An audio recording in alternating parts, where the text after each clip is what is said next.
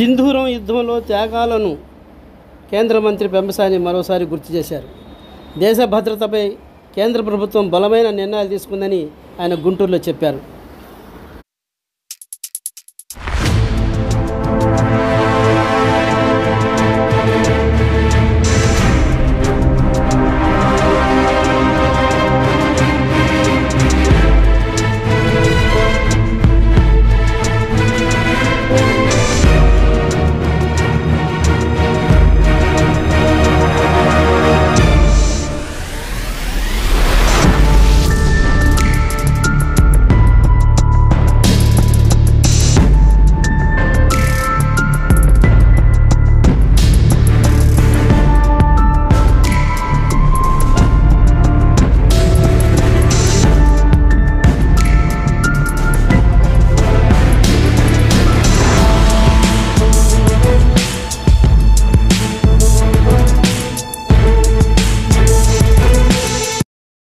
Operation సింధూర యాత్రను కేంద్ర మంత్రి పెంబసాని చంద్రశేఖర్ జెండా ఊపి ప్రారంభించారు. ఈ తిరంగ యాత్ర హిందూ కళాశాల సెంటర్ నుంచి డాక్టర్ బిఆర్ అంబేద్కర్ సెంటర్ వరకు ర్యాలీగా సాగింది. భారత్ మాతాకి జై అంటూ యువకులు నినాదాలు చేశారు.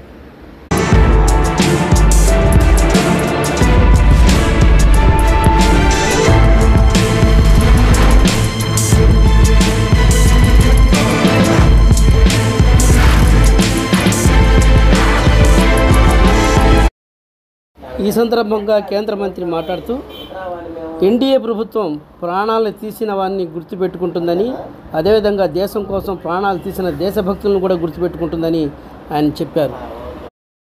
భారత ఐక్యతను ఎవరు కూడా దెబ్బతీయలేరని, సైన్యాన్ని సన్నద్ధం చేసి టెర్రరిస్టు స్థావరాలపై యుద్ధం చేసినట్లు కేంద్ర మంత్రి చెప్పారు.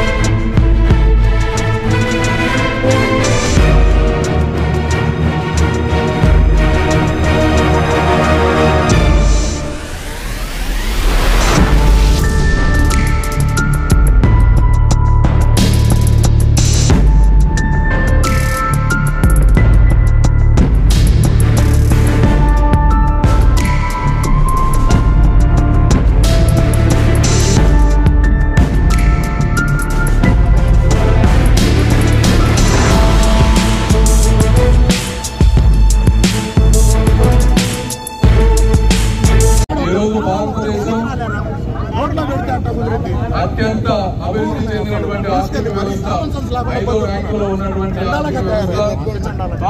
మరి ఈరోజు పాకిస్తాన్ ఆర్థిక వ్యవస్థ చూస్తే ఒక తమిళనాడు స్టేట్ తో పోటీ పడే స్థాయి ఇచ్చారు తప్పించి భారతదేశంతో పోటీ పడే స్థాయి లేదు. ఇటువంటి పరిస్థితుల్లో దేశ పురోగతిని అడ్డుకోవాలని పడినటువంటి టెర్రరిస్టుల పన్నాగం. అయితే భారత ఐక్యతను ఎవరు దెబ్బతీయలేరు. ప్రజల నుంచి కానీ మీడియా నుంచి కానీ ఎంతో ఒత్తిడి వచ్చినా శ్రీ నరేంద్ర మోదీజీ గారు ఒక బలమైన సంకల్పంతో అన్ని వర్గాల ఇంటెలిజెన్స్ తో మాట్లాడి సమయం తీసుకుని నింగి నేల నీరు 3 మార్గాలలో సైన్యాన్ని సమర్థం చేసి అదేవిధంగా దౌత్య మార్గాల ద్వారా ప్రతి దేశంతో మాట్లాడి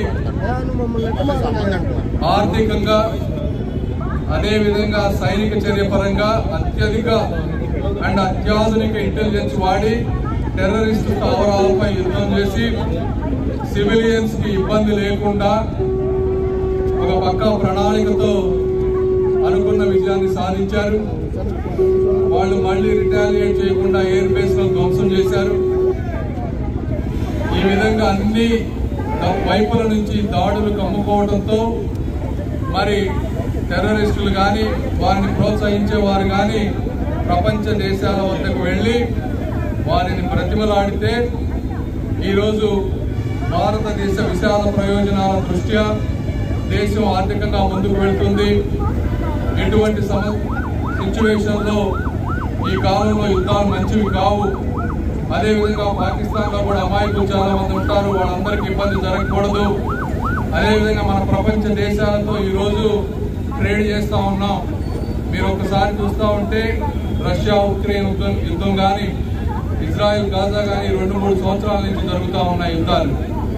అంటే ఆ యుద్ధాల వల్ల దేశం మొత్తం కూడా సర్వనాశనం అయిపోయేటువంటి పరిస్థితి ఉంది. కాబట్టి అన్ని విధాలుగా ఆలోచించి ప్రధానమంత్రి మోదీ గారు ఒక బలమైన నిర్ణయాలు తీసుకున్నారు. వీరందరికీ ఆంధ్ర రాష్ట్ర ప్రజలు, దేశ ప్రజలు కూడా అందరూ కూడా సంపూర్ణ హృదయంతో స్వాగతిస్తారు. అదే వారిని నిరూపించింది. దేశం అంతా ఐక్యతగా ఉంది.